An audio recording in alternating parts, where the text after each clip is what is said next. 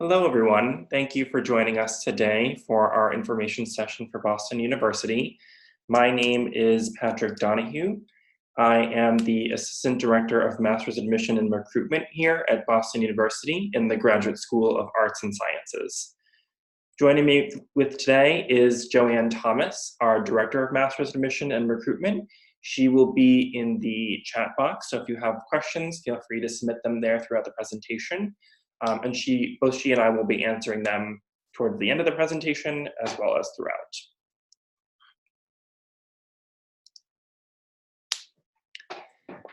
So as I said before, welcome to our presentation to learn a little bit more about our school. Just to cover a little bit about who we are as an institution, Boston University is a top-ranked research institution. We're located here in the city of Boston, a hub of many college students in many areas of research across the city. We have a lot of different resources for Boston University that are available for our students, but we also have the closer-knit feel of a smaller institution. The Graduate School of Arts and Sciences is a smaller school within Boston University, so while students have access to the many resources available for our students, they also have the smaller community feel within the Graduate School of Arts and Sciences. And in terms of our programs, we have a lot of really great top-ranked programs. Our economics programs are ranked 23 in the country by US News, and our computer science programs are ranked 49th in the country. In addition, all of our other programs are within the top 100, so they are very highly ranked within the United States.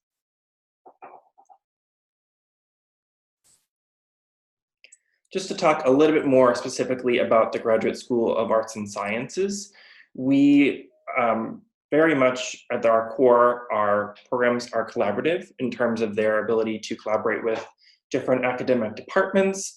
So that might mean that students who have interests that lie across many different disciplines can get the education they need from one program, even if it means pulling from different sources.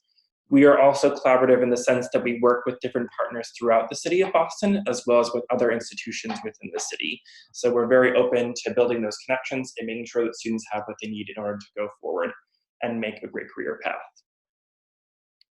The other core of our programs is putting theory into practice. So taking what they learn through classes and putting those into practice, either through internships or research experience or classroom projects, and getting that hands-on experience before they go out into the field, into their careers or into a research path or a PhD program.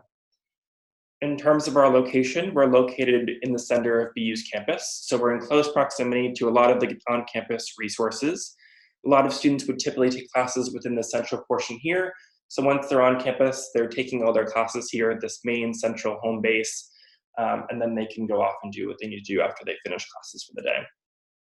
We offer master's and PhD programs across the following areas: computational sciences, which include programs like economics, computer science; the social sciences, which would include programs like psychology and sociology; the natural sciences, which would include programs like biology and chemistry; and the humanities, which would have programs like English and history of art and architecture. So we really cover a vast number of different areas which students can sort of focus within. But as I was saying earlier, there is a lot of opportunity for students to take courses in different areas. So for example, if you are focused on computer science, but there is a statistics course that's really applicable to your career path, a lot of our departments are open to having students take courses from other programs as long as it suits their career goals. I also want to cover a few numbers of interest as well. We were ranked one of the most innovative national universities in the US News World and Report, not just in 2018, but also in 2019. There were only 36 different schools selected for this category. And one of the many ways in which we are innovative as an institution, for example, we created a new building called the Build Lab, which is on campus. It's actually right across from our building here. And the Build Lab is a space for students to be able to go if they have an idea that they want to take into a product or a company, and meet with professionals who can help them walk through that idea, to walk through the business plan, to talk about what sort of staff they would need, what sort of resources they would need, and help them put this idea in place. So if you wanted to design an app you feel like would really benefit people, you could work with this team to help design that app, and possibly look into resources that you could tap into on campus to put that into place. We also have a large number of alumni that span not just across the US, but all over the globe. So there are a lot of really great career connections for students to make. And a lot of the individual departments themselves will help connect students with alumni who have their exact career goals. So people who can help them get from the start of their program to where they want to be once they've graduated.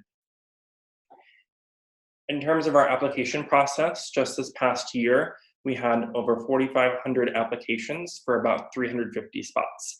So our programs are really competitive, and with each passing year, applications are increasing. So our programs are getting more and more competitive with each passing year.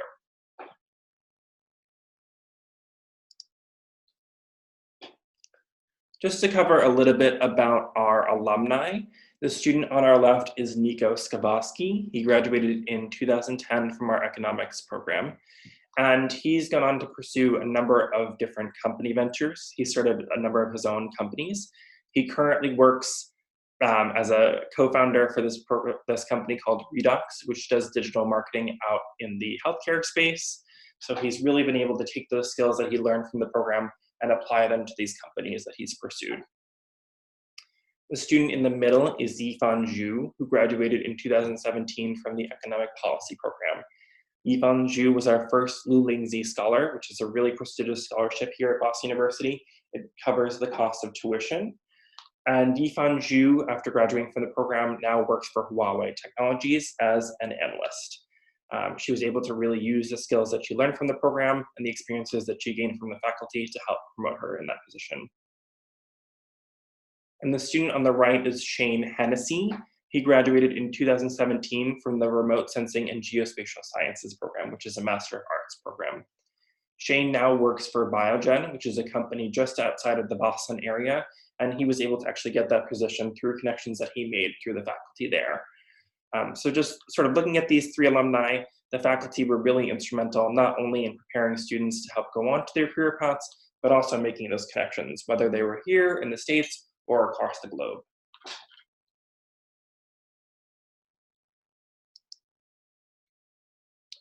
So I'm going to shift gears a little bit and talk about life at Boston University and what that might look like for a student.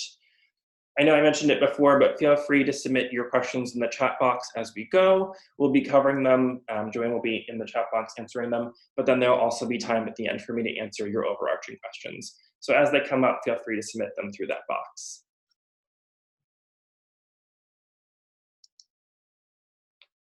So just to talk a little bit about life on campus for our graduate students. As I was saying earlier, we are located in the center of our campus. We're in close proximity to our student union, where there's a food court space, a number of student study spaces, our fitness and recreation center, which is a top-ranked facility. They have an Olympic-sized swimming pool, a lazy river, several floors of different facilities for students to use.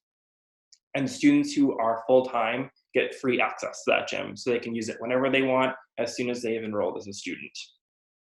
They can also enroll in classes through the Fitness and Recreation Center, which I did because I was a undergraduate student and a graduate student here at Boston University. So I actually took a ballroom dancing class my freshman year, which was very fun, although I am not very coordinated, so it was a little bit of a learning gap for me, but I really enjoyed the experience, and it was part of the package that came with being a student, which was really great. We're also really close to Kenmore Square, which is a hub with a number of different restaurants. It's also close in proximity to Fenway Park, which is where the professional baseball team for Boston plays, the Boston Red Sox. BU also hosts a number of on-campus events for students, depending on what you might be looking for extracurricular activities. We have a number of improv shows, which our students are able to participate in, our BU hockey games, as well as our other sports teams, which students can go see as well. And then if students currently participate in intramural sports, that's also an option for them to pursue. And then just to talk a little bit about this photo here, this space is what we call the BU Beach, which is a green space on campus. There's a little hill in the middle, which is why it sort of looks odd with that center part. But when it's a nice day out, students can go outside, they can maybe do some studying, maybe read, maybe hang out with friends, but it's a really great space for students to just kind of go and relax and decompress from school if they needed to have a break. In addition to our campus, we are also very open to the city of Boston. We're located in a pretty central portion, so a lot of students have access to the variety of things located within the city. We have a number of larger shopping centers, one of which is located at the Prudential Center, which is the building located on the left here in this photo. And then nearby from that is Newbury Street, with a number of smaller little shops along the way for people to go shopping. We also have a few hubs for theater, music, and art, one of which is the Museum of Fine Arts, which is featured here. Students get free tickets to visit the Museum of Fine Arts, so it's definitely a resource that I recommend students utilize while they're here. I went a few times when I was a student. They're always constantly changing up which art is shown there, so it's a new experience every time you go, which is really great. And then we also have a number of sporting events here. Like I was mentioning earlier, Fenway Park is located really close to our campus, and that's where the baseball team plays. We also have the Boston Celtics, which is our professional basketball team, and they are located in the northern portion of the city. We have the Boston Bruins, which is our hockey team, which is also based in the city. So all these opportunities are available for our students to explore and go see the city of Boston further.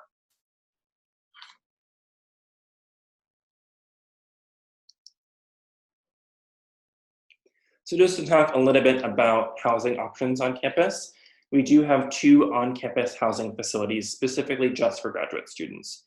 One of which is Peabody Hall, which is located in the southern portion of our campus. That's relatively new. And then we also have a building called 580 Commonwealth Avenue. Just to give you a sense of its location, our building where our office is located and where a lot of the classes are located is 705 Commonwealth Avenue.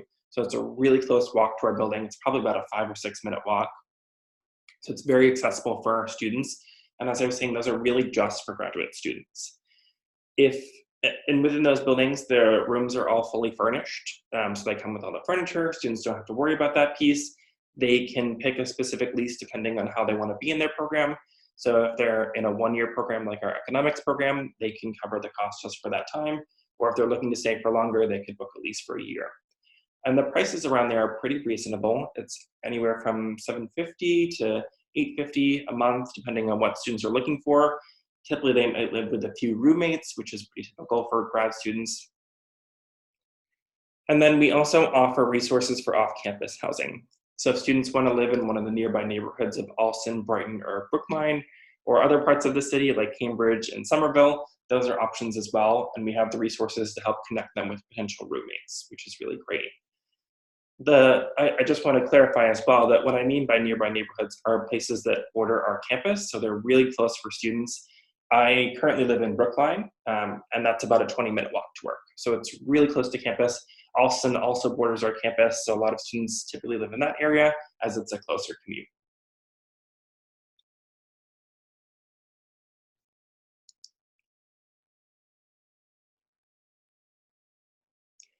Just to talk a little bit about the student groups that we offer as well, there are a number of different student group options available for our master's students, including the Graduate Student Organization, or GSO. That's open to both master's and PhD students across all disciplines. And they offer a number of programs throughout the year that involves networking, social events to connect with other students, a number of different career resources, which might be very helpful. And then we also have the Graduate Women in Science and Engineering, or GWISE, which is a partnership between our school and the College of Engineering within Boston University. And so that group is open to both master's and PhD, similar to the GSO. It's not just limited to women, but if men are interested in promoting women in science and engineering in those fields, they can join the group as well. And they host a number of events similar to the Graduate Student Organization. In terms of department-specific groups, we have our Graduate Economics Association, or the GEA, the Earth and Environment Association, and what we call BUCASA, which is the Boston University student chapter of the American Statistical Association. So these are all optional groups for students to join, which I definitely recommend that they do. They're really great connections to make, and a lot of them have ties to larger organizations across the US, which is really great for networking and connecting with potential employers down the road.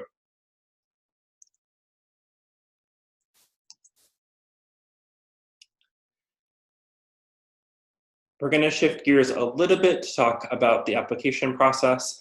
But I just want to take a brief break. I know we've covered a lot of material to see if you have any questions at this point about the topics that I've covered.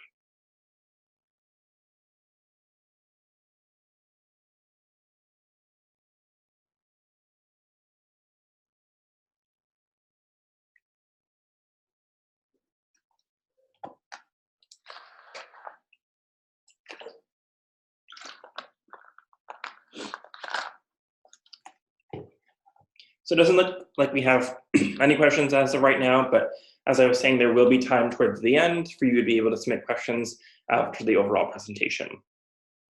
So just to dive into the application process, in terms of the required components, we require an unofficial transcript of completed coursework, which must be English translated.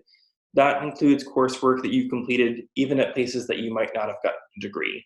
So if you've completed coursework and maybe you transferred some credits, those we would want to see those previous grades, what the courses were called, and how many credits they were for that course. So basically your entire college coursework history will need to be included. We require 2 to 3 letters of recommendation depending on the specific program. And we'll talk a little bit more about what we sort of look for in terms of letters of recommendation in just a little bit. We require official GRE scores, which are required for some programs, but not for all. So if you have any specific questions about that, definitely feel free to reach out. I can give you some more specifics about which programs require which. And then official TOEFL scores or IELTS for international students. And in terms of the TOEFL requirement, we require 21 in each of the subsections. And for the IELTS, we require an overall band of 7.0. We also require a personal statement, which I'll talk about in a little bit as well to sort of describe what we might be looking for in terms of the personal statement. And just to briefly talk about GPA requirements, we have a minimum GPA requirement of 2.7 out of 4.0. A lot of our programs that are more competitive might be looking for higher GPAs, somewhere around 3.0 or 3.2. I'm happy to talk more specifics about that as well towards the end of the presentation.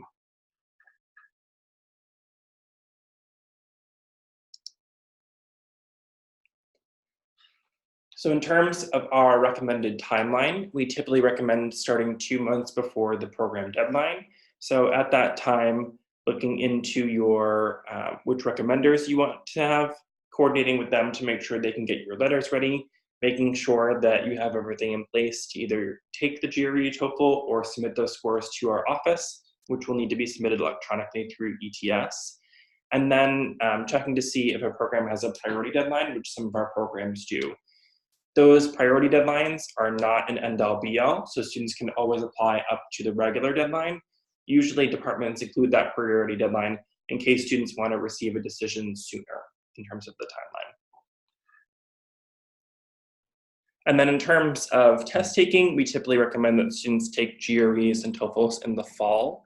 That way they have them in ready time to apply for some of the spring deadlines, which are typically either March 1st, or some programs have a May 1st deadline. That way students have enough time to take the test, submit the scores. If they decide to take them again, there's also that time frame for them to do that as well.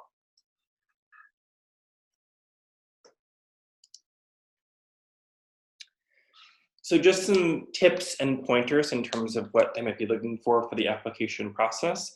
I would recommend being pretty selective with your recommenders. The academic programs really want to be able to assess if you can complete graduate level coursework and perform well in that program. So if you have recommenders that you know personally that have seen you complete graduate level coursework, that have seen you perform well as a student, who can speak to your ability and why you would be the best candidate for the program, those are the people that you're really going to want to select as your recommenders. We typically recommend that students have at least one academic reference, more probably than others. So if you could have 3 academic, that would be great.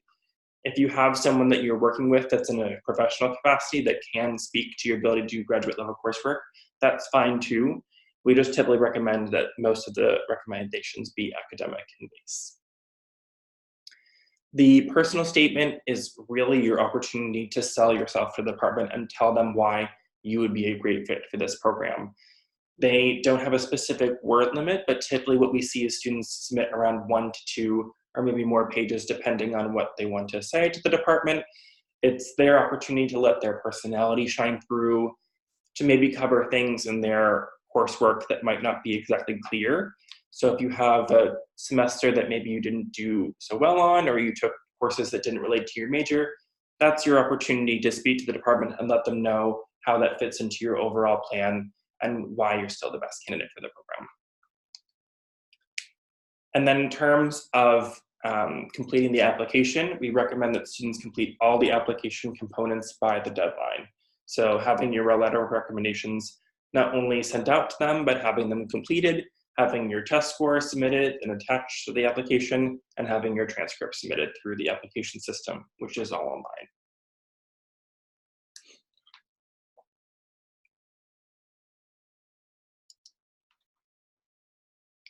So just to cover a little bit about financial aid, many of our departments offer merit-based scholarships for qualified applicants. As part of that process, they just submit their application and the departments will review them for potential for merit-based aid. So there's no additional essays needed for students to submit as part of the process.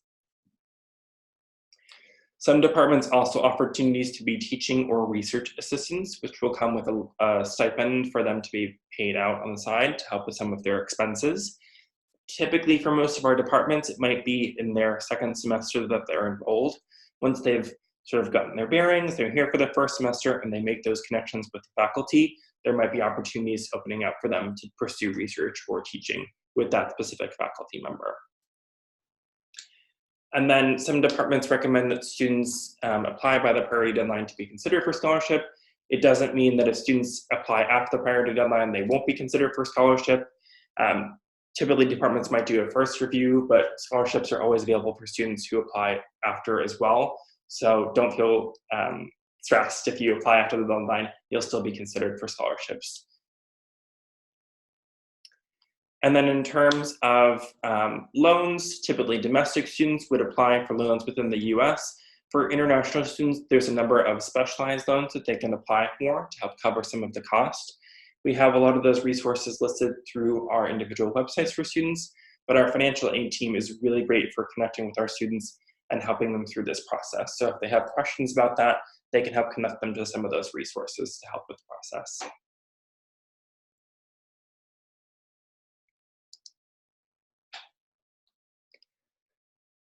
I'll now be talking a little bit about some of our programs in depth.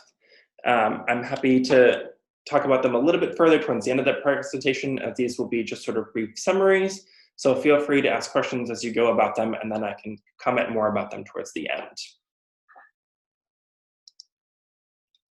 So within our Department of Economics, we have 3 main programs. There's the MA in Economics, which is a 1-year program. Students would enter into the fall, and then they would graduate the following May. We have an MA in Economic Policy program, which is a 1.5-year program, focused a little bit more on careers in analyst positions in government and nonprofit organizations.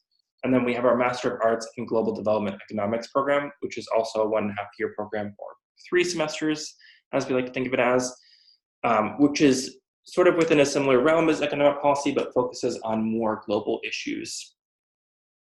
Just to talk a little bit more about the economics department itself, we do have faculty that are specifically devoted to our master students, which has been really helpful for them, so they have those connections. So the faculty, some are devoted to PhD, but the faculty are really determined to make these connections with our master students and help them through their process to get these career connections. A lot of these programs have been established for a very long time, so we have a really great alumni base and a lot of really great global connections to help students get where they need to go, depending on what they're looking to do.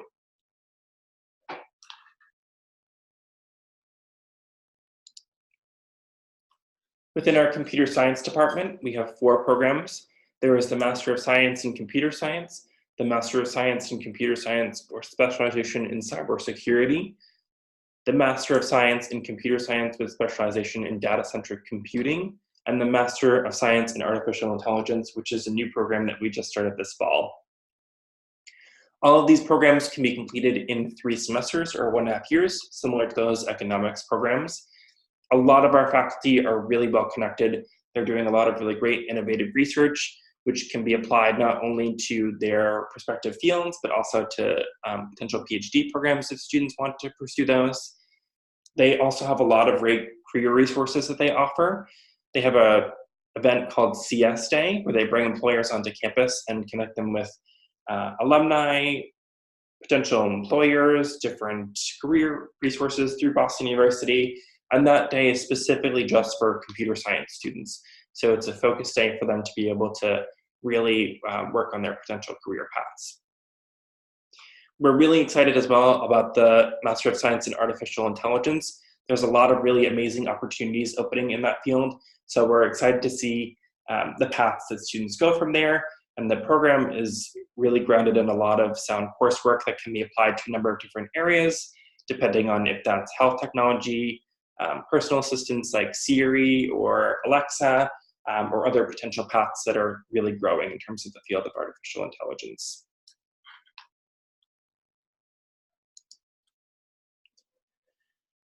Within our mathematics and statistics department, we have a Master of Science in Statistical Practice, which is a one-year program.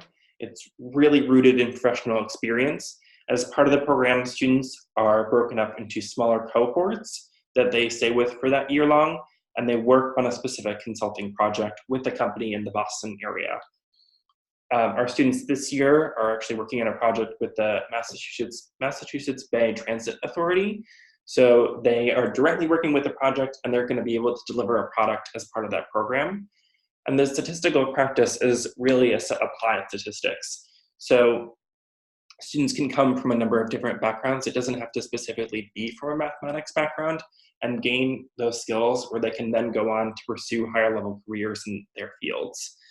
The program also includes an intro in what we like to call the boot camp, which really grounds them in their mathematical principles before they go into the program. So if you have some exposure to statistics, but you don't have a really strong base in there, that boot camp is an opportunity to ground those skills before entering right into the program. For our Master of Arts in Statistics, there are a number of different paths for students to pursue from there. Typically, students might go on to pursue PhD coursework, so they have the opportunities to work with a lot of faculty very closely within there. But the MA in Statistics is also grounded in a number of fundamental statistics concepts, so students could also take that program and go on to potential career paths as well.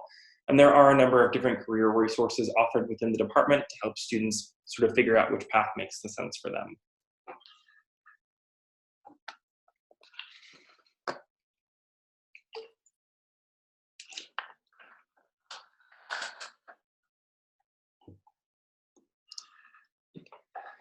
Within our Department of Earth and Environment, we have the Master of Arts in Energy and Environment, which is a one-year program.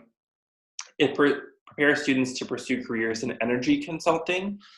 And that program has a lot of really great ties to consulting firms within Boston. So it's been really helpful in terms of students being able to make those career connections even while they're in the program, if they're looking for potential internships to gain experience before leaving the program and going on to their career. Then the Master of Arts in Remote Sensing and Geospatial Sciences is also a one-year program. There are a number of different research projects going on with the department, so there's opportunities for students to pursue research experience through there, which is not just only applicable for PhD programs, but a lot of students find that it's helpful for them to have those skills when they go on to their career paths as well.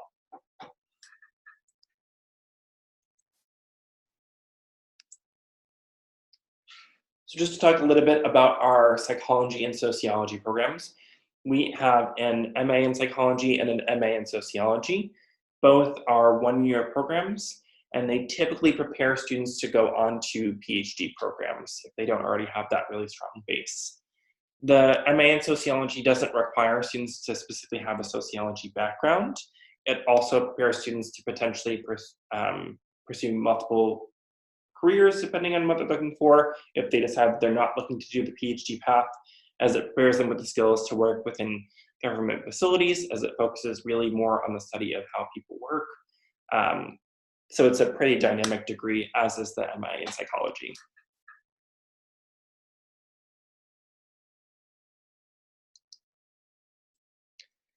Within our bioinformatics department, we have a Master of Science in Bioinformatics. which can also be completed in 1 year. And that program is a partnership between our school and the Graduate College of Engineering. So it's really grounded in more sort of computational biology and being able to use those skills, especially in a really great hub like Boston, where there are a number of biotech companies, a number of different genetics research going on here. There's a lot of those great connections for our students. As part of the program, they're required to do an internship, a 200-hour internship, and we have a number of different placements, about 120 placements that we currently offer through the program. So our faculty are really well connected with not only the Boston area, but also connections outside of here if students are looking to pursue their internship elsewhere. We also have a number of really great campus resources and research spaces. The photo on the slide here is from the Center for Integrated Life Sciences and Engineering, which is a new building on campus. It's an entirely new research facility. So it's top-notch labs for students to be able to participate and do some really great groundbreaking research there with some of our faculty.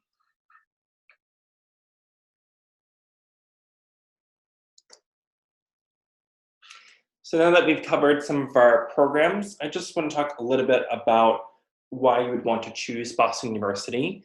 We have a number of really great professional master's programs. We have a number of really great research programs. We have a lot of really good options for students to be able to pursue their career path. And our faculty are really open to having students sort of find their own process. So if they enter in a program and they decide that they're initially in research, but they want to do career paths, our faculty can help them with that. If they decide they want to pursue a PhD, our faculty can help them through that path as well. And a lot of those really great connections that we have with our alumni are key in that process, and being able to help them not only take those skills and put them into practice, but make the key connections they need to really move forward with their careers. And even outside of the programs, the city of Boston itself is incredibly vibrant, energetic, and it really just has its own energy in terms of what the students bring to the city and what the city sort of breeds back into the students with its history and sort of engaging activities through there. And from my personal experience, why I sort of chose Boston University through both my undergrad and master's, when I first toured Boston University a number of years ago, and I won't say how many, I was here with my parents. We walked on campus, and our campus is a little bit different. We are essentially a 2-mile stretch down Commonwealth Avenue, which is the main street of our campus, and we're really open to the city. So we're kind of integrated into part of Boston, and it made me feel like Boston University was a place where I could go and make those connections and establish myself within my career. But it was really also open for me to pursue and go explore the city. And that's kind of what I've taken from it in terms of where I can go from here, is being able to make those connections and sort of explore after I've gone for my degree program.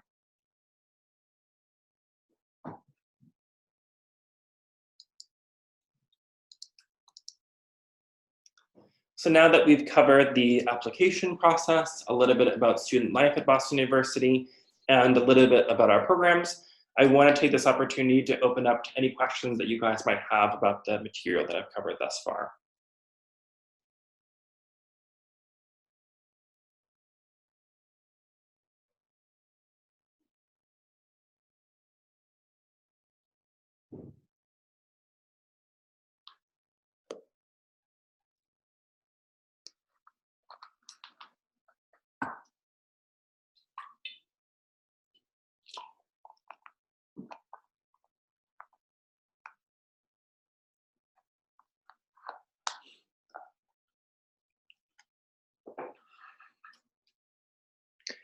I did want to add as well that if you have specific questions or personal questions that you want to reach out to that you don't feel comfortable sharing within the chat, I've also included my contact information here. So feel free to give me a phone call, send me an email. I'm happy to connect on a one-on-one basis and hear a little bit more about what your interest might be in our programs.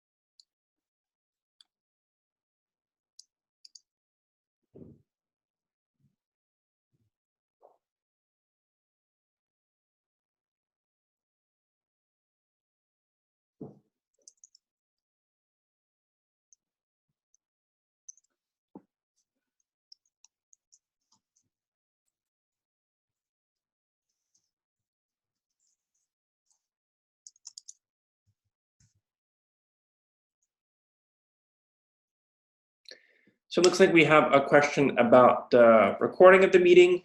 I'm happy to send that out to the group afterwards. That way you can look over the material on your own time, and have any other questions from there, you can feel free to reach out.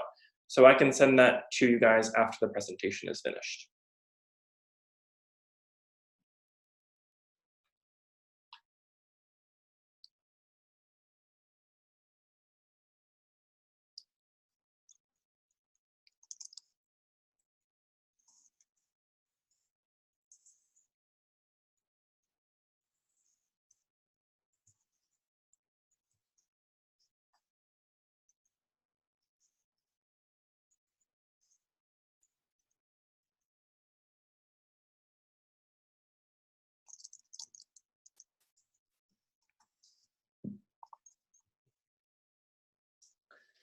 It looks like we have a question about the anthropology department, which is located within the Graduate School of Arts and Sciences, so our school. We offer a Master of Arts in Applied Anthropology and a PhD program.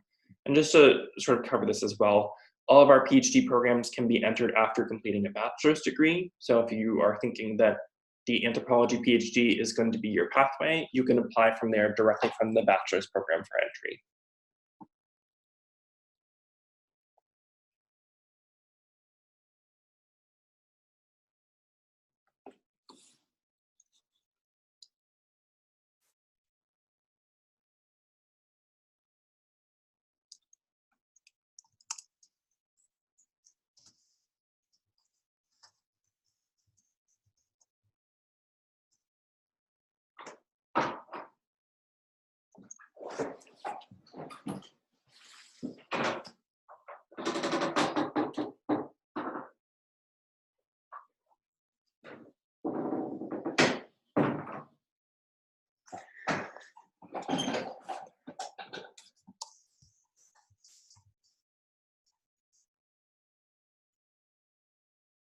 Looks like there's a question as well about PhD programs and the application materials. Some of them may require a writing sample. It depends on the specific program. So I'm not sure on the top of my head if anthropology does require, but it might be depending on which program you're applying to.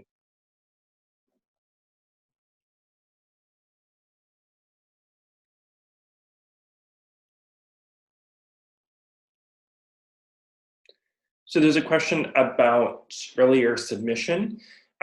Submitting your application doesn't mean necessarily that you'll be more likely to be accepted. You may receive your decision sooner, depending on whatever that decision may be, but it doesn't mean that you're more likely to be accepted.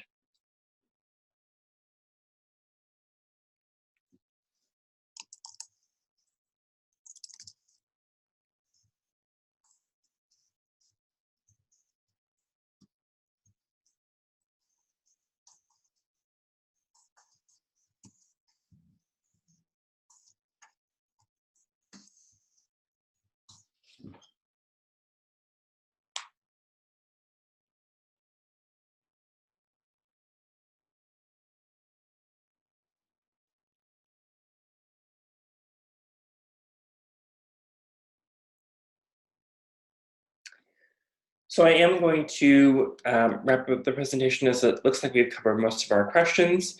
As I was saying before, definitely feel free to reach out to me with any further questions about the programs. I'm happy to connect you with some of the departments for more program-specific information.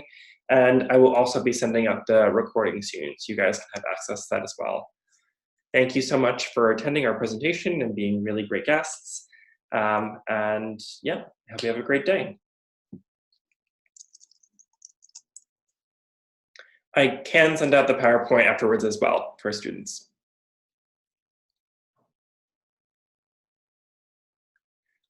Yes, so there's a question about updating scores. If you've already submitted a set of scores and then you take a test and you do better, you can submit those and those will be updated and reflected in the application.